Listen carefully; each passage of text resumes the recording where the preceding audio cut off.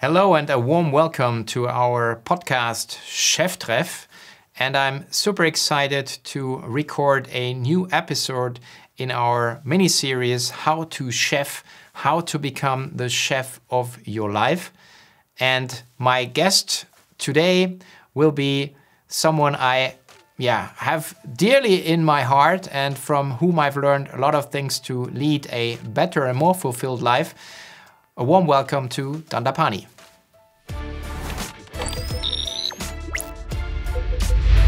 My guest this time is someone who has quite a different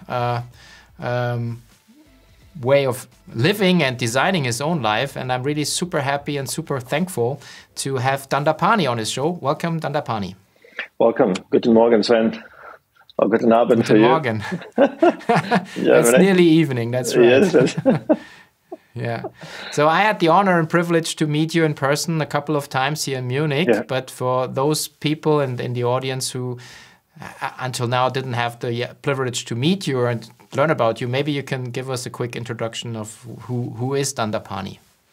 Yeah, no, for sure. So just a little background about myself in the last 20 so years. I lived as a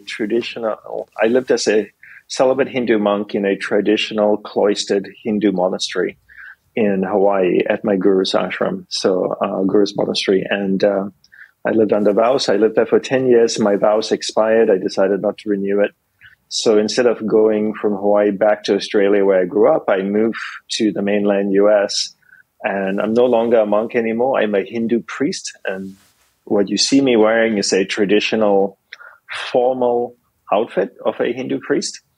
And as a Hindu priest, you can get married, you can work, you can earn money. It's very different than a Hindu monk. So I'm married. Mm-hmm. I have a daughter.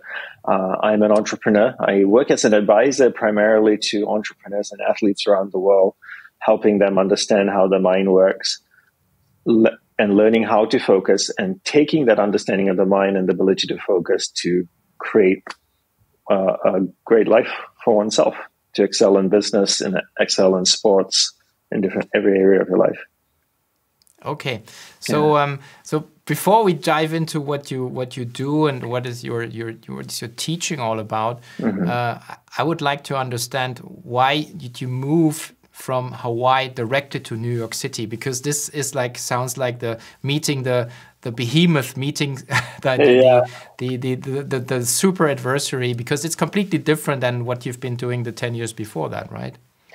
Yeah, when I left the monastery, I literally didn't have anything. So when you join the monastery, you give up everything, your family, your friends, all your possessions. And when I left the monastery, mm-hmm. and since I'd been there for 10 years, they gave me $1,000 cash and a MacBook laptop mm-hmm.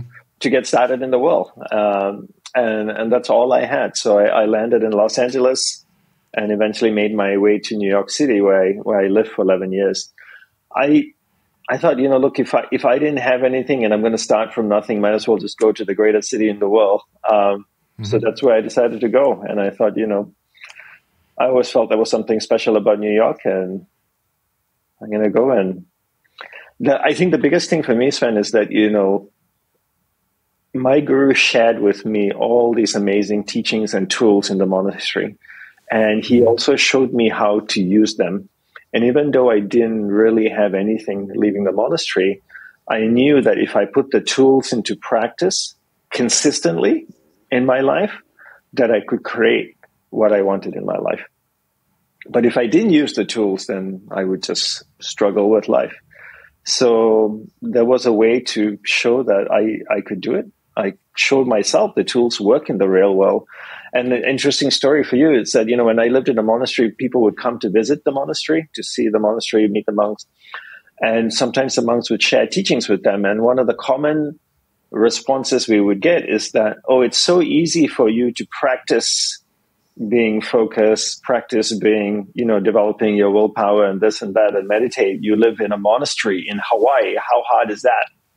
You don't live in the real world. So mm-hmm. me living in New York for 10, 11 years as an entrepreneur, building my business from scratch, from nothing, shows that these are applicable anywhere in the world. You just have to know how they work, have the desire to apply them in your life consistently, and then you can create what you want. Mm-hmm. So you're being the role model, the showcase for your own entrepreneurial product right now, right?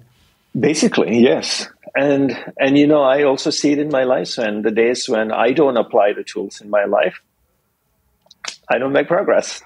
And I'm human, and it's not that I have German efficiency of 100% application every day. Some days I function at 50%, and some days I function at 100% or 90%. And the days when I'm not applying the tools in my life, I see the byproduct of that, the consequence of that. Yeah, I can totally relate to this.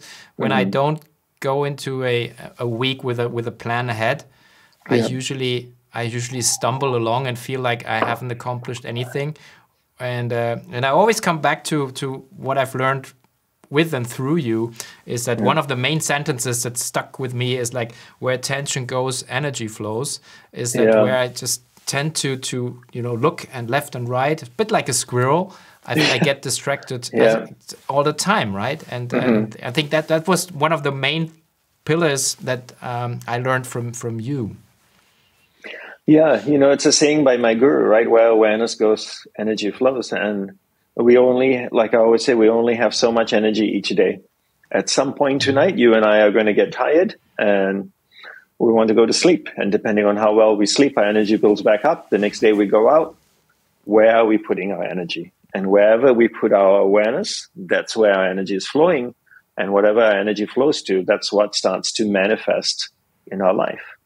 I think the biggest struggle for most people, Sven, is that everybody wants to create their goals or their dreams in life. They just don't know the structure, the guidelines, the practices, the principles, the framework on how to do that.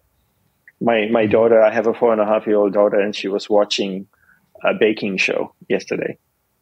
There was this contest where people had to bake different things. There's a whole structure and process to baking.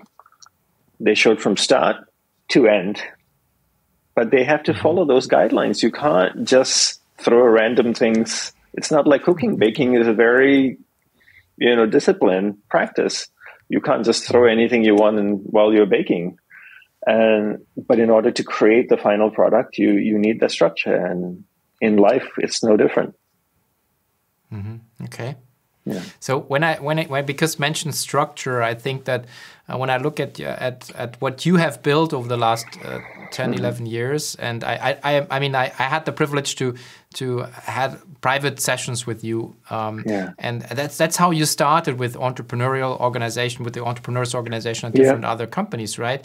Yeah. And now I look at the website, there is a structure, and there are 3 areas where I think one can train. And maybe correct me if I'm wrong, but it's one thing is about focus, second one is about meditation, and the third one is about energy management. Is that about like the buckets we're talking about? Yeah, very accurate. The first step is learning to focus. And I recently came out with a book, and I don't know if you've seen it. It's also out in German, called The Power of Unwavering Focus. There's a German edition, just came out a couple of months ago. And when I talked to 3 publishers that interviewed me to sign the contract for the book, and one publisher asked me, "Why do you think your book is important?" I said, "It's the second most important thing in the world next to reading." And he thought like, "Oh, he's very arrogant. He thinks his work is important." And I'm like, "No." I said, "A book is only important. The book is only relevant if you know how to read. If I don't know how to read, a book is useless." That's the first thing I need to know, is to learn to read. The second thing I need is to focus, because if I open a book and I start reading one line and I can't focus and I constantly get distracted, how will I get the information from the book? Mm-hmm. So I can buy a book on e-commerce, I can buy a book on baking, I can buy a book on sports and energy management, on whatever. But if I can't even focus long enough on a page to extract the information from the page, the book is useless to me.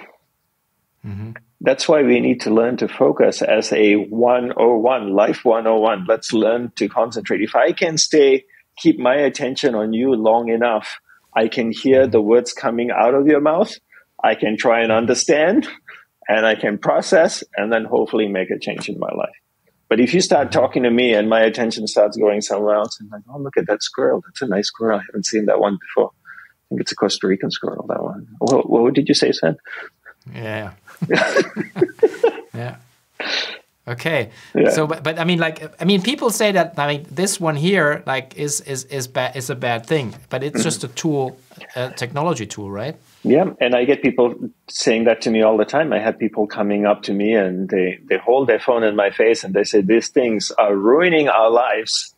And I said, they're not ruining our lives. It's your inability to exercise discipline around the use of the phone is what's ruining your life.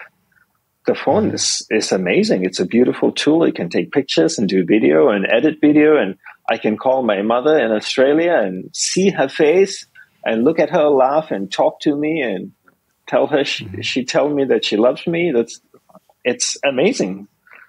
But you don't know how to discipline yourself around the use of it, and then it becomes destructive. Mm-hmm. And how do you train that? I mean, like, yeah, I mean, how you learn to focus or concentrate? Because that's what I think I've learned along the way from you as well, is that we are trained the other way, right? We're just more like not training to focus. We're training to be defocused, right? To distracted, yeah. Well, we don't even train. We practice. I have a thing that I call the law of practice. And the law of practice states that whatever you practice is what you become really good at. If I play the piano 5 hours a day, after 6 months, I'll be better at playing the piano. So let me ask you a question, Sven. If I want to play for Bayern Munich, how many hours a day would you recommend I practice football? Right now, 24 hours. But if you were young, I think like probably 5-6 hours a day. 6 days a week, maybe? Yeah. And after 6 months, will I play for Bayern Munich? Highly unlikely. Hi, thank you. Thanks for your faith in me. But I will be better at football, right? Oh, yeah, definitely. Because if I'm practicing 6 hours a day, 6 days a week, I will be better at it. So imagine if I practice distraction 8 hours a day, 9 hours a day, 10 hours a day, 7 days a week, because it's not like Sunday I become focused. After 6 months, what will I be good at? Whatever you practice is what you become good at. We practice distraction so much. We become so good at it. In my workshops that I do, my events, I always ask people, who here, put your hand up, is really good at distraction? So many people put their hand up. And then I ask them, how hard do you have to try to be distracted? They say, I don't have to try. It just comes naturally. Because you practice, you become a master. It becomes who you are. Your patterns in your mind are trained that way. Same way, you can learn to focus. But the important thing, Sven, is it is not about focus, right? And I think that's where people misunderstand. Why do we want to focus? I want to focus so that I can have deep, profound experiences with the people that I love, with the experiences in my life. When I sit with my daughter, I can be concentrated on her and experience her fully. I can see I can hear what she's saying. I can see what she's doing. I can get the uncommunicated messages that she's telling me through her body language, or, something she wants to share with me, but maybe she's afraid or she doesn't know how to. I can get all of those messages if I can focus on her. I'm always distracted. I don't. I go somewhere, I get a meal, I can enjoy the meal instead of spending time taking photos of the meal and then color correcting it and posting it on Instagram and watching it get cold instead of actually enjoying the meal. I can sit with a friend and enjoy my friend and listen to my friend. All those things are the byproducts of living a focused life. And that's why I want to learn to focus, because I want to have a great life. And because I want to have a great life, I learn to focus, and focus helps me to have a great life. If you just tell somebody, learn to focus, they go, why? Why should I do it? But if you tell somebody, do you want to have a great life? Do you want to have a full life, a happy life? This is one of the biggest tools that can lead to that. Then say, okay, I will do it. So Dandapani, what you're basically saying is that you are using your personal encounters and your relationships, you live like the moments, like as a training camp to focus, right?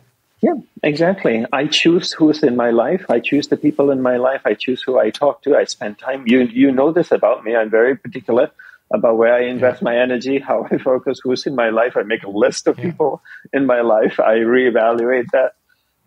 What I do with my life, where I focus my energy. So if I choose to be with someone, then I am there with them 100%. My phone is not on the table, nothing. I am completely there. And I can fully enjoy them. I can hear every word they're saying to me, things they are not saying to me, things they're feeling. I have a rich life because every hour is full.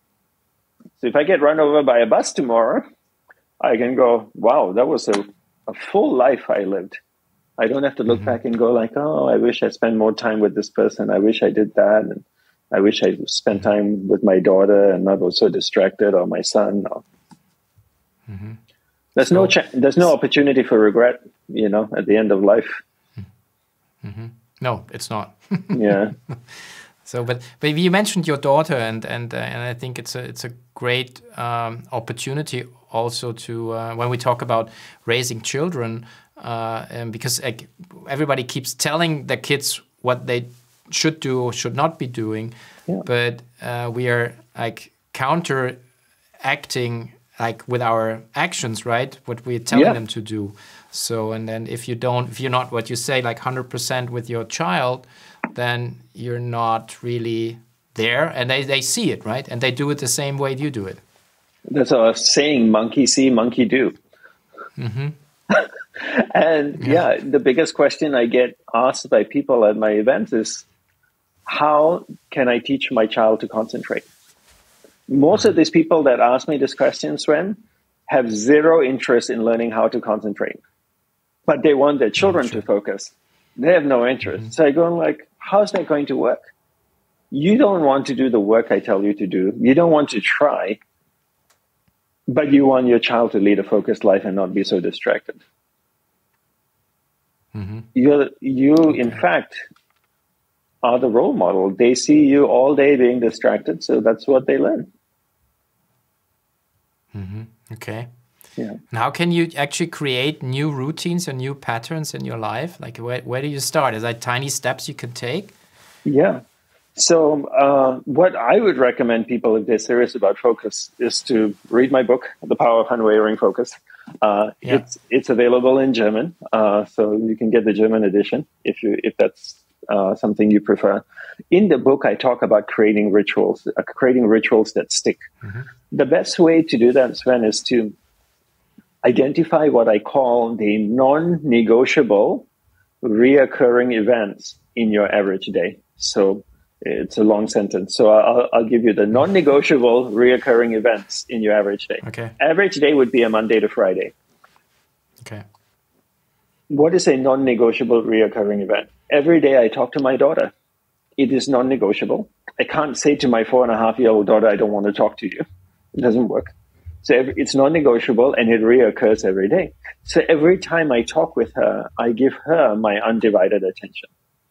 So if I talk with her for 2 hours, a day, that's 2 hours of practicing concentration. I'm using that opportunity, leveraging that opportunity to practice concentration.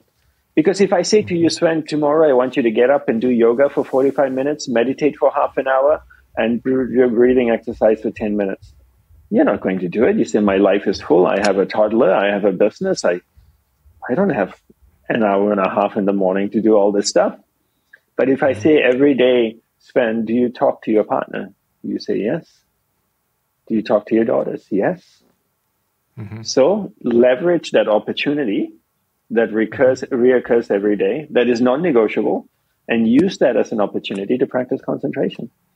So I talk to my daughter 2 hours a day. I talk to my wife an hour and a half, 2 hours a day. That's 4 hours of practicing concentration. I talk to clients, my team, at least an hour, hour and a half a day. Now I'm up to 5.5 hours of practicing concentration. You told me that if I wanted to play for Bayern Munich, I need to practice 6 hours a day. So I'm up to 5.5 hours of practicing concentration. So hopefully I'll be Bayern Munich level of concentration very soon if I practice like this every day. And that's how you become good at something. You take the existing things that are in your life and you insert the practice into them. Does that make sense? Okay. Yeah, that's super, Dandapani. And I think like for me, it's always good to have like little anchors that actually feedback me when I, to see that if I'm on the right track. And it's like sometimes it's tiny steps, minor steps. And people always say like, I used to integrate a cold shower in the morning just to remind me that this is a non-negotiable and I can do it. And I'm doing it for 3 years. So I'm building self-confidence that I can actually create a new pattern, right? Yeah. And again, the non-negotiable is the key, right? Is it fair for me to say, Sven, that you have more than enough things to do in your life right now? Is that an accurate statement? That's a very accurate statement, yes. You don't need one more thing in your life to do, right? No, yeah. So if I give you a practice to do, you're going like, oh, that's one more thing. So instead of adding one more thing to your life, leverage the things that are non-negotiable in your life. Taking a shower. Every day you have to eat. It is non-negotiable. Give your food your undivided attention. Every day you talk to your children. Give your children your undivided attention. Every day you're on a phone call, perhaps with a client. Give your client your undivided attention.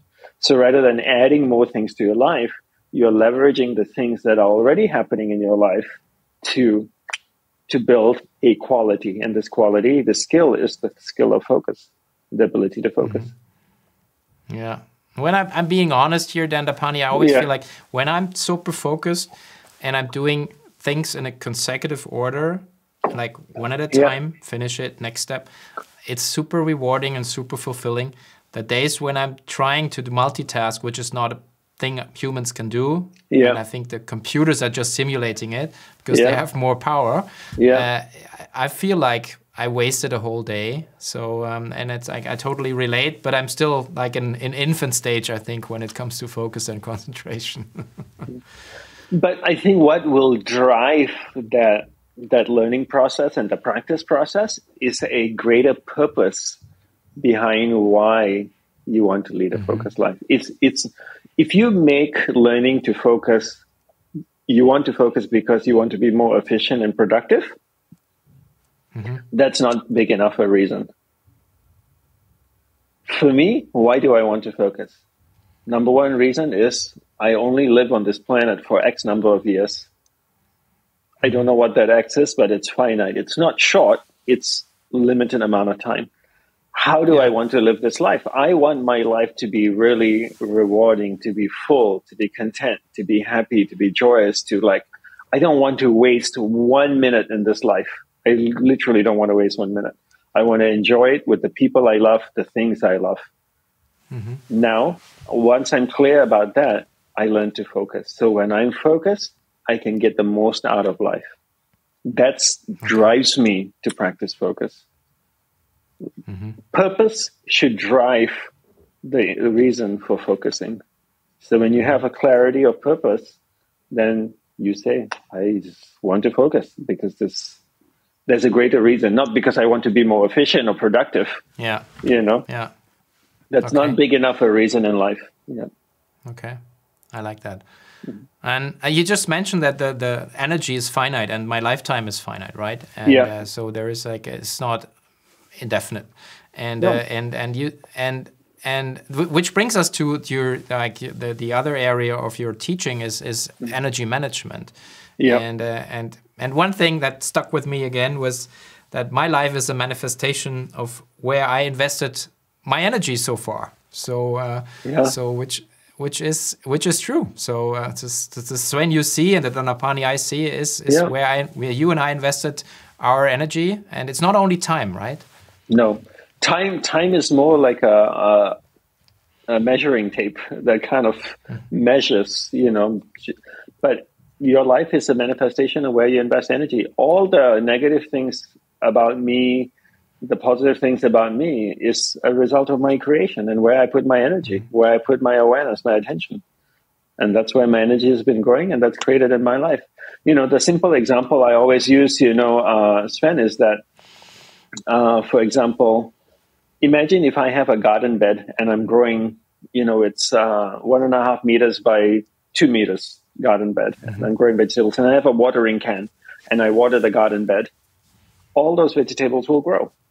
The following year, I add one more garden bed, but still I only have one watering can because I can't increase my energy exponentially. Maybe I can become better at managing my energy every year, but every year I can't make the proclamation that I have more and more energy every year. That's not true. So now I have 2 garden beds, 1 watering can. All the vegetables get less energy. The following year, I add more people in my life, more things in my life, more projects in my life. Now I have 20 garden beds, each garden bed representing a different area of my life. Still 1 watering can. What is growing in my life? Nothing. So I need to simplify my life to the most important people, the most important thing, take my finite energy and proportionately invest it into those people and things. And I use the word proportionate, not balanced, because if I have 100% of energy, I'm not giving 50% for personal life, 50% for work life. My work gets 70% of my energy. That's the truth. Now I have 30%. I have to give my wife, my daughter, my spiritual life, everything else. And I have to proportionally divide that. I can't scale my energy. So I need to manage my energy. Does this change over time, actually, when you look at the lifespan of like a male or a female human being? Because we have so many roles in our life, right? That when you're young, you don't have that many attachments. And when you're older, then you have like a family, you have grandchildren maybe sometime. So it's getting more complex, right, over time. Absolutely, because when you're 15 years old and your parents are paying your bills and your rent and feeding you and cooking the food for you and washing your clothes, then, wow, it's like living in a hotel every day. I don't have to do anything. And then you become an adult and you have to work and earn money and pay taxes and pay bills. And, your car broke down, you got to fix it. And then something's not working in your house, the plumber has to come and then you have family and somebody gets sick and now you have to look after them and they have an emotional problem and now you have to help them and now you have employees. It's insane. So that's why we have to simplify our life. Once we come to the realization that life is finite and the amount of energy we have each day is finite, that drives us to make very conscious choices where we want to focus the time, where we want to focus our energy. But when most people live their life like they're going to live forever, they never think they're going to die. I'm 30 years old. Man, I'm so young, full of energy. I have my whole life ahead of me. That's bullshit. You could die tomorrow. Babies die all the time. Children die all the time. Young people die all the time. Old people die all the time. Age has no correlation to death, You could die at any point in time. So for me, my life is precious. How do I want to live my life? Get clear who's important, what is important. Learn to focus your energy to those things so those things can manifest in your life. But if you don't have clarity of who and what's important and the ability to focus on that, you can't manifest what you want to manifest in your life. So if I can't add energy to my bucket, right? No. And I at least have to be very economical with it. And I think I also learned from you that it's... I call it the economics of energy. Exactly, yeah. Yeah. That's what I call it, because you have to be economical. You don't have infinite amount of energy. Here's another example. I speak to entrepreneurs all the time, and I use this example. I'm in a workshop with them, and I say to them, I'm creating a startup. If everybody in this room, all 100 of you, wrote me a check for 25,000 euros each, I would have enough money to get my startup going. How many of you would write me a check for 25,000 euros? Nobody puts their hand up. And I say, why not? And they go like, well, I don't know what you're using my money for. What's my return on investment? What's your project? Do you have a plan? Do you have a proposal? So we are so protective of our finite amount of money that we have. We don't have infinite amount of money. Before I asked you for 25,000 euro and you're like, oh, I'm not going to give you my money. But our energy, we're not protected. We just give our energy away. We don't ask questions. What are you going to do with it? How are you going to spend it? What's my ROE, my return on energy? Nothing. What's your business plan for my energy? Because if you, Sven, gave me X amount of your energy, that's the same X amount you could have given your family. You could have given your business, the people and things you love. So if you gave it to me and I just waste it, wouldn't you be upset? Imagine you gave me 25,000 euros and I took a lighter and I just burnt it in front of you. You'd be really upset. You'd be pissed at me. Yeah. Because that money you could have put somewhere else to do some other thing. Energy is no different. I look at energy the same way I look at money. You want my energy? I want to know what you're going to do with it. Because I am trading my energy with you. When I give you my energy, I have denied someone or something else my energy in my life. My daughter, my wife, my business. You tell me, give me a reason. Well, instead of giving my energy to them, I should give it to you. Convince me you deserve it. And then I'll give it to you. Okay, but which means that we have to come out of the victim mode, that we really accept that we can decide where we want to invest our energy. Because some people always tend to say like, yeah, because I have to do this, I have to meet this person, I'm attached to this and this and this. So actually, first step is to realize that we are in charge, right? To make these choices. When I lived with my guru in the monastery, he put 100% of responsibility back on me. He said, all suffering and happiness in my life is a result of my own creation. Take responsibility. And nowadays you hear spiritual people say like, oh, the universe will guide me and the universe will do this. And bullshit. Take responsibility for your life. Own up. Own all the shortcomings in your life. Own all the positive things in your life. Take responsibility. And as soon as you take 100% ownership, you can start to make changes. But as soon as you say this victim mode of like, oh, life, and you don't understand, it's more complicated, it's this, it's that. Yeah, of course it is. That's why you never make progress. You have to own it. I look at myself and I go like, Dandapani has a lot of problems and also a lot of good things. It's okay. I can own all of it and I can start to work on those things and make changes slowly. But I don't blame anybody for all my shortcomings, all my negativity. I own it 100%. Okay. Yeah. So we're talking then. If you want to, I think I've learned it from you also. It's like about energy vampires, like things you have in your life which drain energy. Like it's people, it's things, it's also habits we have, right? Yeah, exactly. People, things, habits. Same thing with money, right? I mean, imagine if you had a business and there was a part of your business that was just draining your money from the company. Why would you let it keep happening in your company?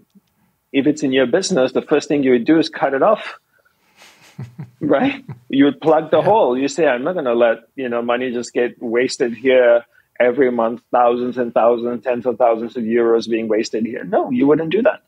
But with our energy, we don't care. We keep negative people in our life.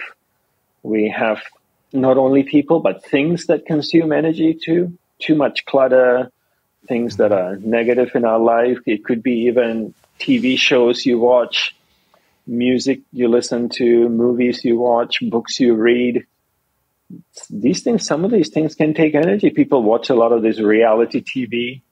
Oh, I can't believe he did that to her and she did that to him. Oh my God, she's so terrible. And is such a jerk. You know what? It's like, why the hell are you getting involved in that? Like, this is like, taking your energy. And you only have some X amount of energy. Instead of putting energy there, put it into what you want to create in your life. Yeah. Can you also add some energy to the bucket, or like at least like contain it or accumulate it somehow? You can better manage it, and you can definitely do things to add a little bit more, by living a healthier life, eating better, exercising, all those, meditating, all those things add. But remember, your bucket is not so stretchable. You can stretch it a little bit, but it doesn't grow exponentially. So, and don't forget, Sven, I lived as a monk for 10 years. With hardly any possessions, a celibate life, living in a monastery, not talking to people outside the monastery. I lived in a tiny hut, and I still cannot say that every year I had more and more and more energy. But what I could say is every year I became better at how I managed the energy. But it wasn't scalable exponentially or proportionately in my life. And that's something very important to understand. So we need to learn to manage that energy. It's the economics of energy. How do we manage? And how do we choose what we want to invest it in? Because whatever you put energy into is what will start manifesting in your life. And energy cannot choose between what is good and what is bad. So if I put energy into something bad, it will grow. If I put energy into something good, it will grow. It's like the watering can in the garden. If I water the garden, my weeds are going to grow and the flowers are going to grow. I wish the weeds did not grow, but it doesn't work that way. Whatever I water will grow. And life is the same. Yeah. And is there a common denominator for across all humankind? You can say that if you invest your energy in loving relationships, for instance, because that's what I've read a book about this. What people tend to regret or really celebrate on their deathbed is basically it's all about the quality of the relationships. Is that a common denominator, or is that different from you, me, and everyone else? Well, I think our lives are surrounded by people, right? We're humans. We're always interacting with people, unless you're a monk living up in the mountain by yourself. So I think relationships are key things. But how do you decide what relationship you invest in? You need to have clarity of purpose. What do you want in your life? Can you articulate that clearly? Can you write that down clearly?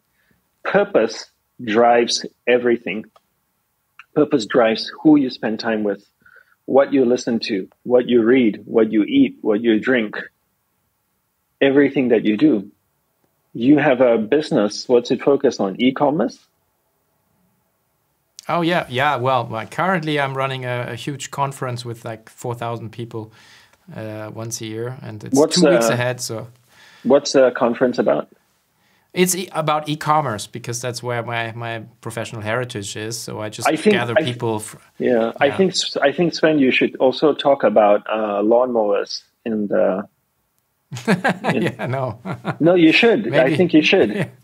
Yeah. Do you think you should? No, I don't think so. But yeah, I get the point. Right? You're clear what you're doing. You know what your business purpose is. So you build everything around your business around e-commerce.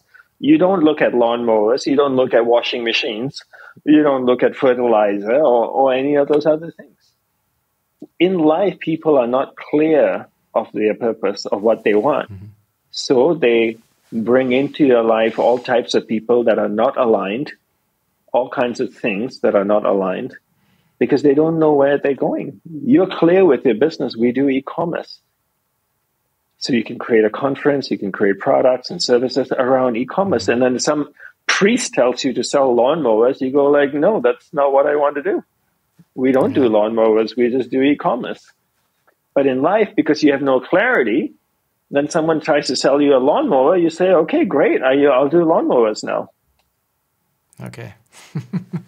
So if the priest is not telling me on a podcast what I should do, and you just already mentioned your book Unwavering Focus, but you also have an online course program, I think on dandapani.org, right? Correct. Yes. You can find that, and as I said, I had the privilege to get to know you more deeply and your teaching in private sessions, and I think you're opening this one up, right, to the greater public for the first time. Yeah, no, I've always done in the last 10 years private events with organizations and companies and stuff. So I'm doing my first public event. It's in Lisbon on 21st of October. It's an all-day workshop called Manifest. And the concept is, how do we learn a framework, guidelines, mindset, the ability to focus to manifest what we want to manifest in our life? Life is a manifestation of where we invest our energy. So it's open to the public. If it's something you're interested, you'll find information on my website, dandapani.org. But if it's something that you struggled in life, I would highly encourage you to come. But come only if you're willing to do the hard work. It's a serious workshop. We're here to do hard work, talk about difficult things, confrontational, face difficult things, because I don't want to entertain people at this workshop. I want to give them tools to have difficult conversations so we can actually make progress. But I must admit, you are a very entertaining teacher. So, so that's what I really love about you and your style. And as you mentioned, it's serious work. And I think, I mean, like what people always like ask me when I usually go to these kind of workshops, and I say like, but how you implement all these ideas? And my own toolbox is that I usually take 3 things away. One thing I do immediately, the next one I do the next day, and the third thing I implement the next week, and that's it. And then I have my notes and stuff, and I sometimes read it along. So and I think, and again, it's about creating new habits and creating new rituals. Again, right? It's just like, because like the information you provide is so vast and enormous that it's mostly impossible to implement everything. No, exactly. And then, part of this workshop is really helping people create a framework of how they can take back some key practices and start applying in their life right away. And that for me is the key word is sustainable. How do I create sustainable practices that leads to sustainable change? Because I can change for 1 week, for 2 weeks. Can I maintain the change or sustain the change? That is always the holy grail of growth. Yeah. Okay. All right.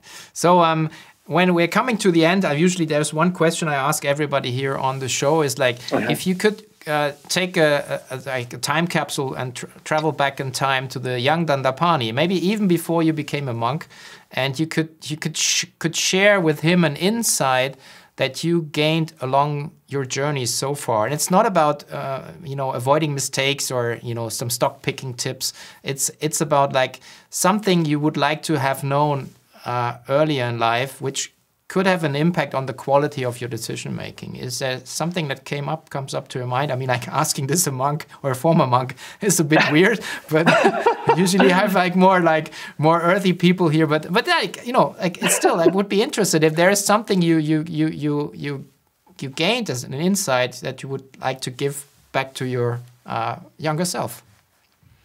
Honestly, if there was one thing I would go, if I could take a time machine and go back right now, I would say go live with my guru sooner. Go live with him right away. And to have a teacher like him who cared for me and loved me so much and genuinely wanted to help me and train me, greatest blessing in my life, Sven. Someone who cares about you and truly wants what's best for you and teaches you and trains you. I mean, what a gift. That for me, I would not trade that for anything in the world. Oh, this is really, I think, deep, and actually wraps up our discussion, because it's again like using your time wisely and your energy in a very loving way, and with a very great and a greater purpose. Thank you. You're most welcome. Thank you for having me on your podcast. Wow. Thank you so much. And we'll speak soon, I hope. And maybe I try to make it to come to Lisbon. That would be wonderful. Bring your 19-year-old daughter. Yes, I will. Yes. It'll be a good time for her to learn these tools as she's embarking on, the future of her life.